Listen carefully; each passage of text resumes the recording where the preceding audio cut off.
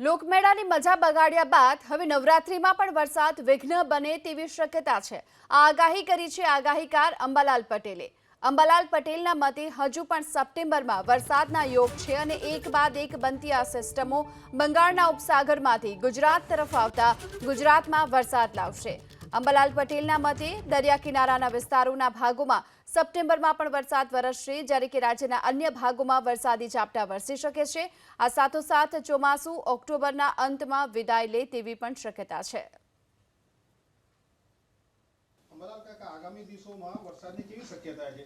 હજુ વરસાદ ગયો નથી। આગામી દિવસોમાં પણ વરસાદ આવવાની શક્યતા છે। કેટલાક ભાગમાં ભારે તો કેટલાક ભાગમાં અતિભારે વરસાદ આવવાની શક્યતા છે। જી, છેલ્લા અઠવાડિયામાં વરસાદ પડ્યો એવો વરસાદ શું આવનારા દિવસોમાં પડશે? હમણાં ગત સપ્તાહમાં જે વરસાદ પડ્યો એ ભારેથી અતિભારે વરસાદ હતો, પણ એનાથી કંઈક અંશે ઓછો વરસાદ પડવાની શક્યતા રહેશે। ખાસ કરીને મધ્ય ગુજરાતના ભાગોમાં 4 ઇંચ કે તેથી વધારે વરસાદ થવાની શક્યતા રહેશે। મધ્ય ગુજરાતના ભાગોમાં નાની નદીઓમાં પૂર આવવાની શક્યતા રહેશે। આ ઉપરાંત લગભગ પંચમહાલના ભાગોમાં 2 થી 4 ઇંચ જેવો વરસાદ થવાની શક્યતા રહેશે। તેમજ સાબરકાંઠાના ભાગોમાં 2 ઇંચથી વધારે વરસાદ થવાની શક્યતા છે। ઉત્તર ગુજરાતના ભાગમાં પણ 1 ઇંચ 2 ઇંચ કે તેથી વધારે વરસાદ થવાની શક્યતા છે। કચ્છના ભાગમાં અડધા ઇંચથી વધારે વરસાદ થવાની શક્યતા રહેશે। ઉત્તર સૌરાષ્ટ્રના ભાગોમાં પણ સારો વરસાદ થવાની શક્યતા રહેશે। ગુજરાત અન્ય ભાગોમાં પણ સારો વરસાદ થવાની શક્યતા છે। તારીખ 4 સપ્ટેમ્બરમાં લગભગ 4-5માં મધ્ય ગુજરાતના ભાગમાં ભારે વરસાદ, કોઈ ભાગમાં અતિભારે વરસાદ થવાની શક્યતા રહેતા નાની નદીઓમાં પૂર આવવાની શક્યતા રહેશે। પૂર્વીય મધ્યપ્રદેશમાં પણ ભારે વરસાદ થવાની શક્યતા છે। મધ્યપ્રદેશમાં ભારે વરસાદ થતાં નર્મદા નદીનું જળસ્તર વધવાની શક્યતા રહેશે। કદાચ તેના દરવાજા ખોલવા પડે એવી સ્થિતિ પણ ઊભી થઈ શકે। સાબરમતી નદીનું પણ જળસ્તર વધવાની શક્યતા રહેશે। દક્ષિણ ગુજરાતમાં તાપી નદીનું પણ જળસ્તર વધવાની શક્યતા રહેશે। અંબિકાપુરના વગેરેનું જળસ્તર વધવાની શક્યતા રહેશે। ત્યારબાદ આ સિસ્ટમ જે છે એ ગુજરાતમાં ભારે કેટલાક ભાગમાં ભારેથી અતિભારે વરસાદ તરફથી લગભગ જતી રહેશે। ત્યાર પછી પણ બીજી સિસ્ટમો બનવાની શક્યતા રહેશે। તારીખ 14 આસપાસ પણ એક બંગાળ ઉપસાગરમાં સિસ્ટમ બનવાની શક્યતા રહેશે, જેના કારણે 15મી તારીખ પછી સપ્ટેમ્બર પછી ગુજરાતમાં ભીન ભાગમાં વરસાદ આવવાની શક્યતા રહેશે।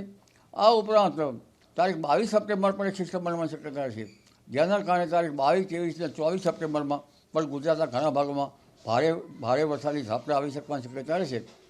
હાલમાં જે વરસાદ વરસી રહ્યો છે એનું પાણી કૃષિ પાકો માટે સારું ગણાતું નથી, એટલે કૃષિ ભાઈઓએ ભીનામાં આંતરખેડ કે અન્ય કૃષિકાર્યો કરવા સારા નહીં, કારણ કે પાક પીળો પડી જતો હોય છે। એ વરાપ થાય કૃષિ કાર્યો કરવા સારા રહે। 13મી સપ્ટેમ્બર પછીનું વરસાદી પાણી સારું ગણાય છે। અને તારીખ 22, 23, 24માં જે વરસાદ થશે એ પણ સારું ગણાશે। પરંતુ તારીખ 27 સપ્ટેમ્બરમાંથી 5મી ઓક્ટોબર વચ્ચે થંડરસ્ટોર્મ એક્ટિવિટી વરસાદ થશે અને ગાજવીજ સાથે વરસાદ થવાની શક્યતા રહેશે। એટલે ખેડૂત ભાઈઓએ લગભગ કૃષિ પાકોમાં મૂંડાની અવસ્થાઓ લગભગ પૂરી થવામાં છે, પરંતુ લશ્કરી ઈયળ, કાબરી ઈયળ પણ શક્યતા રહેશે। અને સપ્ટેમ્બર માસમાં લગભગ પાછલા દિવસોમાં કૃષિ પાકમાં તળતળિયા પડવાની શક્યતા રહેશે। ખેડૂત ભાઈએ પાક સંરક્ષણના પગલાં લેવા સારા। જૈવિક નિયંત્રણ સારું રહેશે, પરંતુ બીજું અન્ય બાબતો જોઈએ તો પોસ્ટ ચોમાસું લગભગ ગુજરાતમાં સપ્ટેમ્બરના અંત ભાગમાં ચોમાસું વિદાય લેતું જોવા મળશે। આમ છતાં ઓક્ટોબર માસમાં પણ વરસાદ થવાની શક્યતા રહેશે। ઓક્ટોબર માસની શરૂઆતમાં વાદળવાયુ આવવાની શક્યતા છે। 10મી ઓક્ટોબર આસપાસ પણ વરસાદ થવાની શક્યતા છે।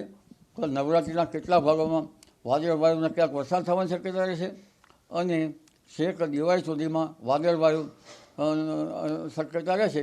પરંતુ તારીખ 23 સપ્ટેમ્બરથી 26 સપ્ટેમ્બર વચ્ચે ગરમી વધારે પડશે।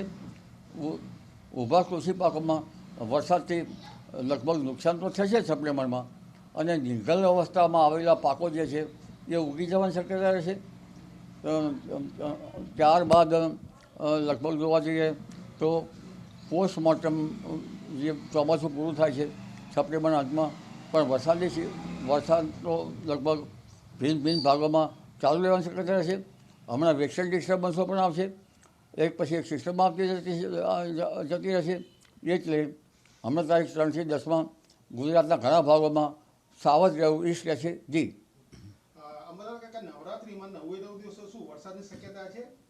નવરાત્રીમાં 9 દિવસમાં વરસાદની શક્યતા બધે ના ગણી શકાય, પરંતુ જ્યાં દરિયા કિનારાના ભાગો છે ત્યાં લગભગ 27 સપ્ટેમ્બર જે 5મી ઓક્ટોબર છે એ 5મી ઓક્ટોબરની આસપાસ ગાજવીજ સાથે કેટલાક ભાગમાં વરસાદ થવાની શક્યતા રહેશે. અને ત્યારબાદ 10મી ઓક્ટોબર બાદ ચિત્રા નક્ષત્રમાં પણ કેટલાક ભાગમાં વરસાદ થવાની શક્યતા રહેશે. એટલે નવરાત્રિના દિવસોમાં વાદળવાયુ રહેશે.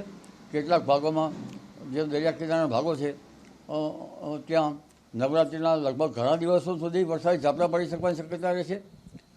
એટલે વરસાદ હજુ ગયો નથી, પણ વરસાદ વિદાય હતા ચોમાસા વચ્ચે પણ ઘણી વખત વરસાદ પડતો હોય છે અને ગરમીના કારણે આ સિસ્ટમો બન્યા કરશે. જી, અને આ વખતનું ચોમાસું અનોખું છે, એક પછી એક લો પ્રેશર બનશે અને અનોખું ચોમાસું જે છે એ સપ્ટેમ્બરમાં પણ ઉત્તર પશ્ચિમ ભારતમાં ભારે વરસાદ કરતું જશે. જી.